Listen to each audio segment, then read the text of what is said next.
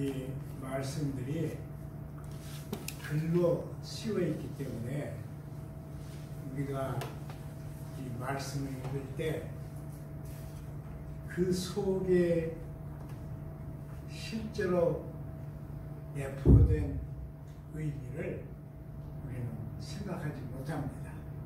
그런데 여기에 쓴 이 히브리서 저자의 말씀은 목숨을 건 선언입니다. 왜 그러느냐? 지금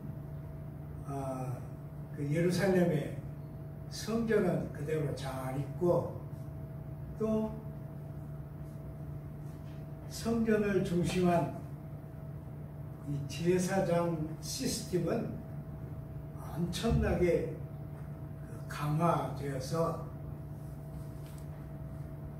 종교적인 문제에 관해서는 생살 여탈권을 가지고 있었습니다.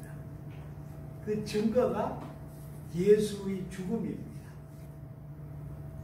그러니까 그렇게 백성들이 환호하던 예수를 죽일 수 있는 이 예루살렘 성전의 이 제사 시스템을 이 히브리서 저자는 그게 진짜가 아니다. 그건 모형이다. 그것은 그림자다. 그랬습니다. 이게 얼마나 무서운 얘기예요. 우리는 무서운 얘기 잘 못하죠. 할 말 있어도 지금 말 다 참고 지내는데, 저는 이 히브리서 저자가 참 대단한 사람이라고 생각해요. 지식도 그렇지만은 그 용기. 지금 모세의 율법을 중심한 예루살렘 그 성전 시스템, 제사장 시스템 온전히 있잖아요. 온전히 서 있는데 이 서신에 그것은 모형이다. 그것은 그림자다. 이렇게 했어요.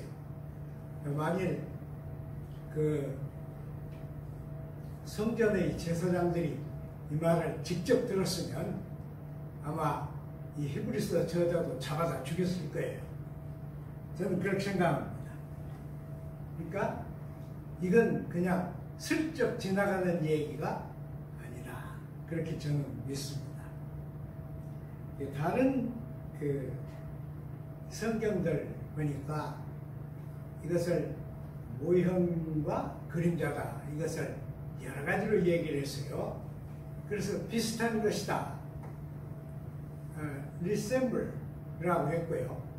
또 어떤 데는 모델이다 그랬어요. 모델이다, 모델에 불과하다 이렇게 했고, 우리가 보면 모든 사물은 진짜가 있죠. 사물 그 자체가 있죠. 그러면 유사품이 있죠. 네.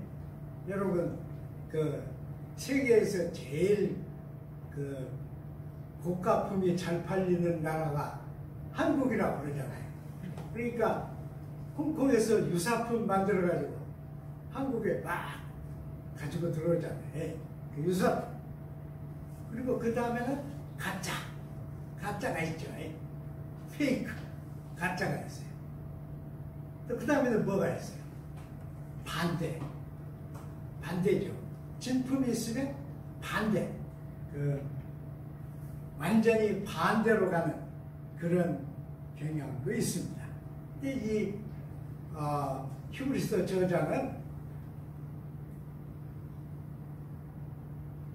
성전에 있는 대제사장, 그게 모델이다, 모형이다, 진품이 아니다 이렇게 했습니다. 저는 이 성경에 있는 인물 중에서 모세를 제일 존경합니다. 젊었을 때 목회할 때요, 노회에 가면 제가 법통이었습니다. 어른들이 뭐 얘기해도 이렇게 하면 제가 일어서가지고 그거 틀렸습니다. 법은 이렇게 되어 있습니다. 그렇게 하면 꼼짝 못해요. 그래서 제가 갑자기 법통이 됐어요. 그래서 노예에서 양쪽으로 도나져가지고 막 싸울 때 시끄러우면 노회장이 저 사회하는 데서 저를 쳐다보면서 손가락으로 이렇게 해요. 이렇게 하면 왜 제가 법통이 됐냐 그러면 모세를 존경해서 그렇습니다. 모세의 율법, 이 세상에 나온 종교적 계율 중에서 모세의 율법보다 더 나은 건 없습니다. 엄청나죠. 히브리 백성들이 그걸 막 늘려서 그렇지 원래는 10개의 단어입니다. 10개의 단어예요. 단어 10개예요. 그걸로 이렇게 온 국민을 다스렸죠. 그러니까 모세는 땅도 없고 조직도 없고 그런 이 백성들을 완벽하게 하나로 만들기 위해서 이 제도를 만들었습니다. 그것도 성경에 쓰인 대로 보면 모세가 생각해낸 제도가 아닙니다. 시나이산에 올라가서 본대로 한 거예요. 본대로. 하나님이 보여주셨다. 엄청난 얘기죠. 하나님이 보여주신 대로 했다. 그랬습니다. 그렇기 때문에 모세가 이 종교적인 단일성, 종교로 통일시킨 이 힘을 가지고 아무것도 없는, 조직도 없고 아무것도 없는 60만 대군을, 저는 200만이라고 생각하는데요. 이끌고 적국에서 나와서 나라를 세웠습니다. 얼마나 대단한 일이에요. 엄청난 일이죠. 여러분, 지금 저 이라크, 이란, 터키가 마주치는데 쿠르드라고는 백성들이 살아요. 아시죠? 그런데 여러분이 저보다 더 잘 알잖아요. 쿠르드 백성이 한국 사람 수입니다. 5천만이에요. 5천만이 남의 땅에서 살아요. 그래서 기회만 되면 나라를 세우려고 별짓을 다 합니다. 이번에 그 IS인가 뭐 그 사람들이 막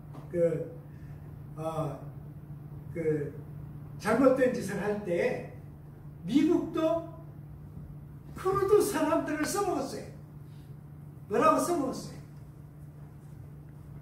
독립시켜준다. 너희가 싸워서 이기는 이 기회에 독립시켜준다. 그래서 이 쿠르드 사람들이 목숨을 걸고 싸워서 그 무서운 무법천지의 IS인가 뭐 그들을 쫓아냈어요. 그들을 쫓아냈습니다. 그런데 나라 세웠어요? 안 세워졌죠. 그게 외교 관계가 아니고 국가가 아니니까. 외교 관계가 아니고 국가 간의 약속이 아니다. 그러니까 나라 안 세워준 것도 약속을 위배한 게 아니다. 이게 미국입니다. 여러분. 웃기죠? 웃겨요. 그런데 모세는 자그마치 4세기 반을 애굽에서 최하위 노동 인력으로 살다가 이들을 이끌고 나와서 나라를 세웠습니다. 근데 나라를 세우기 전에 모세는 언약궤를 만들었죠. 그 언약궤 영어로는 디아크라고 그러죠. 그런데 이 언약궤는 4명의 제사장이 어깨에 매게 만들었어요. 그런데 그 나무로, 아카시아 나무로 만든 언약궤는 전부 금을 얇게 해서 다 씌웠습니다. 그리고 맨 위에는 금판을, 황금판을 얹었는데 그 황금판에는 천사의 그 상을 만들어서 세웠습니다. 하나님은 무슨 상도 만들지 마라 그런데 모세는 만들었어요. 왜 그랬을까요? 이것은 그 정신적인 무기입니다. 이들이 막 60만 대군이 걸어서 길을 갔는데 맨 앞에는 이 황금 아크가 갑니다. 햇볕에 비치는 이 황금 아크를 보면 다른 나라들이 어떻겠어요? 오죽하면 그 발람을 시켜서 저주를 해달라고까지 했겠어요. 이렇게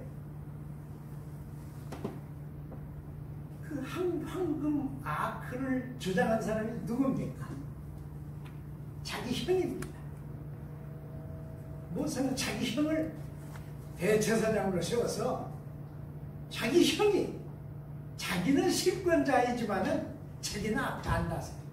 자기 형이 온 백성을 끌고 가도록 만들었습니다.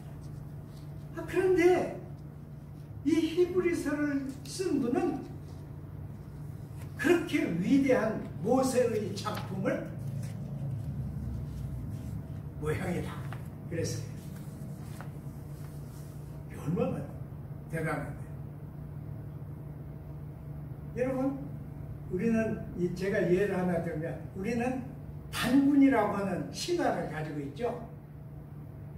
근데 제가 중학생 때 그 국어 선생님이 단군에 대해서 얘기했는데 제가 좀 방정 맞아요.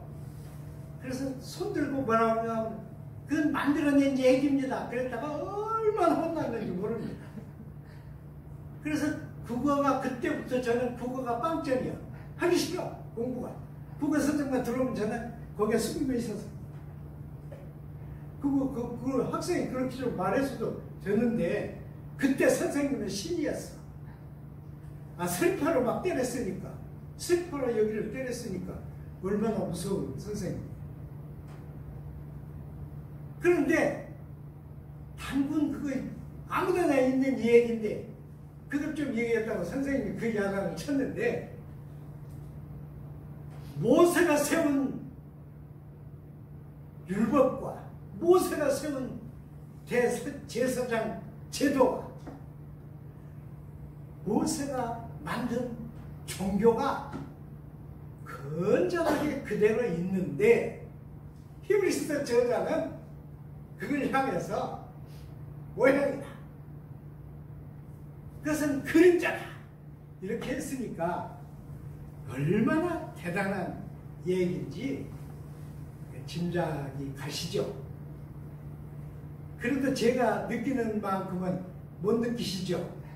저는 여기를 읽으면서 야, 그때 어떻게 이 성전 사람들이 이 사람을 이대로 용인했는가 생각하니까 정말 놀라워요. 그런데 이렇게 했어요. 이 양반은 만일 예수님이 계속 땅에 계셨다면 그분이 대제사장을 하실 필요가 없다. 왜? 땅에 제사장들이 있으니까. 그게 4절 말씀이고 8장 4절 말씀이고 그는 천상의 제사장으로서 지상의 인간이 짊어진 어떤 흠집도 없고 약점도 없는 그런 분이다. 7장 26절. 그는 지금도 살아계셔서 하늘의 하나님 보좌 곁에서 우리를 위하여 간구하시기 때문에 지상에서 하나님께 나아가는 자들이 능히 온전한 구원을 성취할 수 있다. 이랬습니다. 이야, 대단한 분이에요. 모형은 없어지고 실체는 하늘에 있다. 이랬어요.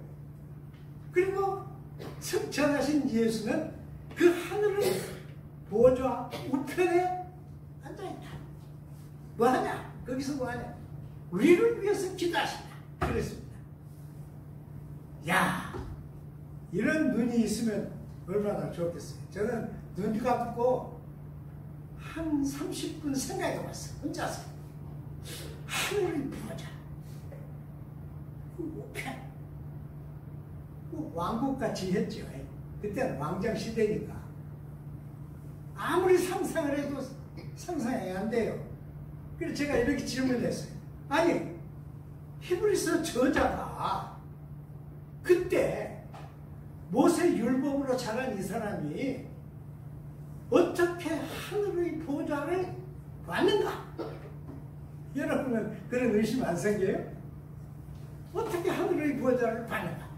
어떻게 그 우편에 예수께서 앉아 계신 걸 봤는가? 이상하죠? 그러니까 이것은 몸의 눈으로 관찰한 것이 뭐예요? 이 말입니다. 그때 히브리서 저자가 히브리서를 쓰는 그때 바로 그 초기의 기독교는 예수님이 승천하셔서 하나님 우편에 앉아 계신다는 교리가 확정되어 있었습니다. 모든 신자들은 그래 믿었어요. 그걸 믿었어. 그렇게 알고 가르친 대로 그렇게 알고 그렇게 믿었어요. 거기서 우리를 위해서 기도하신다. 우리를 위해서 그분이 기도하신다. 그러니까 대제사장인데 땅에 있는 대제사장이 아닙니다. 하늘에 하나님의 보좌 우편에 계신 대제사장이다. 그분이 우리를 위해서 기도하신다. 그랬습니다. 그러니까 이 얘기는 물론 그때 교회가 가진 교리를 얘기한 것이지만 이 얘기는 완전히 히브리 모세가 이룬 히브리 종교와는 완전히 달라집니다. 어떻게 이렇게 대단한 그 결심들을 했는지 참 우리는 이해가 잘 안 됩니다. 자, 하나님의 특별하신 종, 특별한 종이에요. 하나님의 특별한 사람이 둘 있어요. 하나는 누구? 아브라함. 내 벗 아브라함을 위해서. 그렇잖아요. 하나님. 내 벗 아브라함. 그러니까 지상에 태어난 인간 중에서 최고로 하나님의 사랑을 받은 사람이 아브라함입니다. 그리고는 모세는 뭐라고 그랬어요? 모세는 하나님의 등을 본 하나님과 대화를 나눈 하나님에게서 율법을 받은 아주 특별한 종이죠. 이 특별한 종이 만든 제도를 어떻게 이렇게 고칠 수 있었을까? 참 대단하죠. 대단해요. 어떻게 그 제도를 완전히 이렇게 바꿀 수 있었을까? 이건 정말 제 믿음으로는 하나님의 성령이 아니거나 하나님의 성령의 도우심이 아니고는 인간의 지혜가 아닙니다. 인간의 지혜가 아닙니다. 그러면 왜 이렇게 위대한 모세가 세운 그 율법과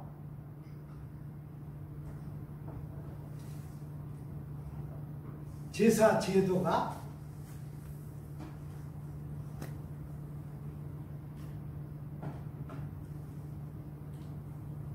모형으로 바뀌었나 하는 얘기예요. 왜 모형으로 바뀌었나? 저는 이 설교 준비하면서 이런 반문을 해봤어요. 아니, 그때 모세에게 율법을 내리시고 모세에게 그 제도를 내리신 하나님은 전능하신 하나님이 아니었어? 그러면 조금 모자란 하나님이셨어? 그래서 하나님 내리신 그것이 모형과 그림자가 된 거야? 여러분 어떻게 생각해요? 이 사람 말대로, 이 저자 말대로 그것이 진짜 모형과 그림자로 전락해 버렸으면 하나님의 전능하심이 깨집니다. 깨져요. 모세가 사실은 여호와 하나님을 세상에 가장 잘 드러낸 사람입니다. 그런데 모세를 통해서 주신 그것이 모형과 그림자에 불과하다면 큰일 나는 거예요. 제가 보기에는 이 히브리서 저자 이 얘기는 이거예요. 우리 인간들이 그렇게 존귀한 하나님의 법도와 10개의 단어, 단 10개의 단어와 제사 제도를, 모든 것을 용서하는 제사 제도를 우리가 받아가지고 그것을 모형으로 전락시킨 겁니다. 그러니까 어떻게 된 거예요? 옷을 입어서 낡아진 것처럼 우리가 그 낡아지지 않는 것을 낡아지게 만들었어요. 왜 그랬는가? 그게 초점이에요. 왜 그랬는가? 여기는요, 우리가 이제 히브리 사람들의 역사를 생각해야 하는데, 여기는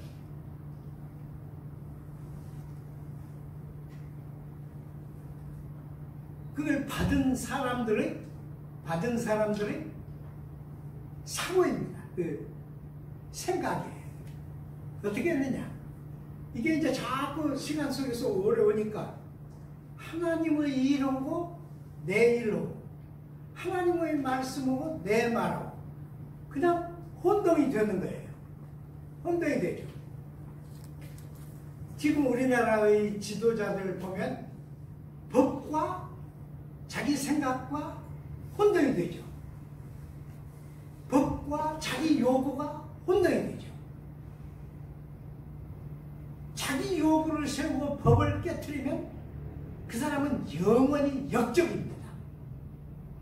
안 그렇습니까? 법과 자기 기대, 법과 자기 욕망, 법과 자기 생각을 혼동시켜. 그러면 뭐가 없어져요? 나라의 기틀이 깨집니다. 저는 법관도 아니고 뭐 법공부한 사람도 아니니까 깊이는 모르지만은 어떤 사회든지 법을 마음대로 주물르면 그 사회는 망합니다. 여기는 그게 있어요. 이 귀족 대접을 받는 제사장들이 다른 사람들보다 10배나 20배나 잘 살면서 더 욕심이 생겨. 더 힘이 필요해. 그래서 무슨 짓을 했어요? 하나님과 자기를 혼동해. 하나님의 말씀과 자기 말을 혼동해. 하나님의 요구와 자기 기대를 혼합시키는 거예요. 그래서 자기 기대에 하나님이라는 도장을 찍었어요. 그것이 계속되면서 모세가 내린 이 존귀한 세상에 하나밖에 없었던 이 제도는 모형과 그림자로 바뀐 것입니다. 기가 막히죠? 그런데 자기 말을 듣고 하나님에 대해서 잘못 생각할까 싶어서 이 저자는 빨리 고칩니다. 뭐라고 고쳐? 그것은 모형과 그림자지만 우리의 대제사장 예수는 지금 하늘에 살아계셔서 하나님의 보좌 우편에 계시고 우리를 위해서 기도하시다. 이렇게 고쳤습니다. 얼마나 기가 막혀요. 대단한 분이에요. 대단한 분이에요. 제가 항상 제 이야기에서 미안하지만은 제가 글을 쓰면서 늘 잘못된 건 써놓고 새것이 나와. 그래서 뒤에다 붙이면 헝클어져요. 저는 늘 그래요. 그런데 이 히브리서를 쓴 사람은 안 그랬어요. 대단한 분, 정말 대단한 분이에요. 여러분, 우리가 다 예수를 잘 믿는데 우리에게 하나님 앞에서 우리를 위해서 기도하는 중보자가 없으면 어떻게 돼요? 이렇게 물어봅시다. 여러분 다 자녀를 낳아서 기르시는데 솔직하게 얘기하면 하나님을 위해서 기도를 많이 합니까? 자녀를 위해서 기도를 많이 합니까? 하나님을 위해서 기도 많이 한다고 한 사람이 많이 있다면 그가 혹시 목사라도 거짓말이에요. 우리는 부득이 자녀를 위해서 기도합니다. 자랑게다. 왜? 자녀의 중보자가 부모야. 특히 어머니. 어머니는 자식들의 중보자입니다.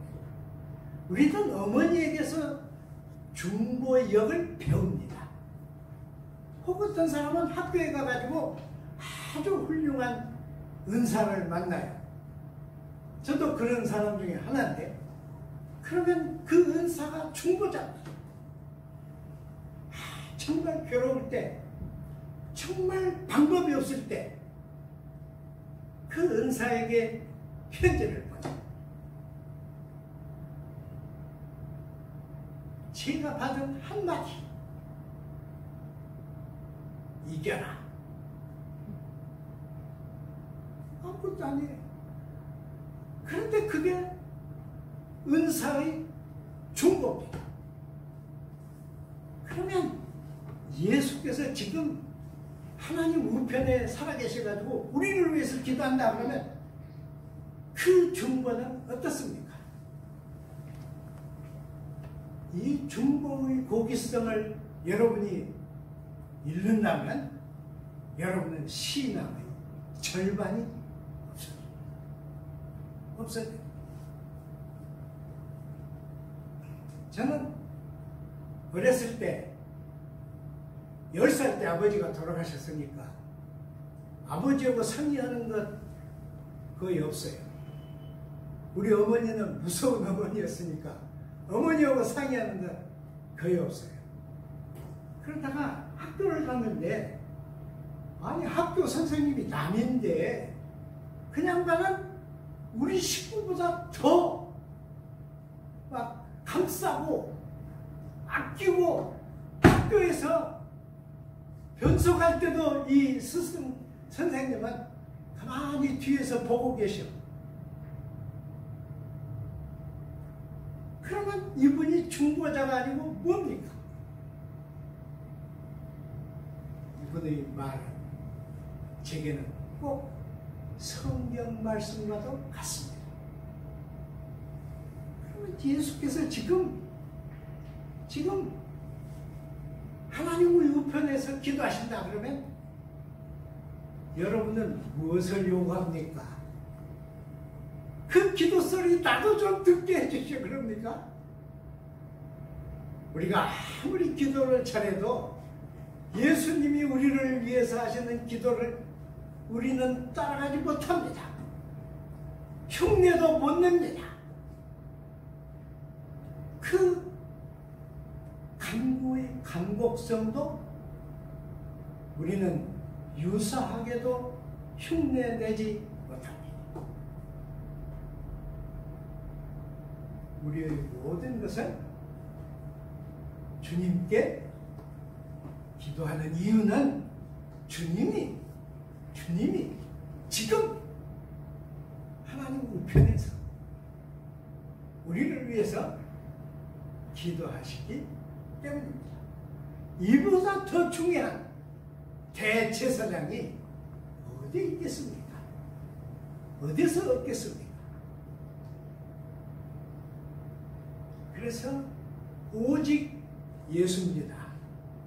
오직 주님. 오직 주님만 저를 보시고 오직 주님만 저와 동행하시고 오직 주님만 우리의 내부 깊은 곳에 감추인 아프고 무겁고 힘든 오늘을 하나님께 대신 기도하십니다. 기도하겠습니다. 사랑하는 주님, 우리를 하나님의 백성으로 불러주심을 감사드립니다. 모자라기 이를 데 없는 약속을 해도 그걸 길게 지키지 못하는 말과 삶이 다른 우리를 예수 그리스도 안에 불러주심을 감사드립니다. 우리는 지금 어떻게 기도할 바를 모릅니다. 땅이 흔들리고 삶이 흔들리고 모든 것이 흔들리고 있습니다. 주님께서 우리의 모습을 보시고 우리의 자리를 보시고 우리의 내면을 보시고 거룩하신 하나님께 기도하여 주옵소서. 예수 그리스도의 이름으로 기도드리나이다. 아멘.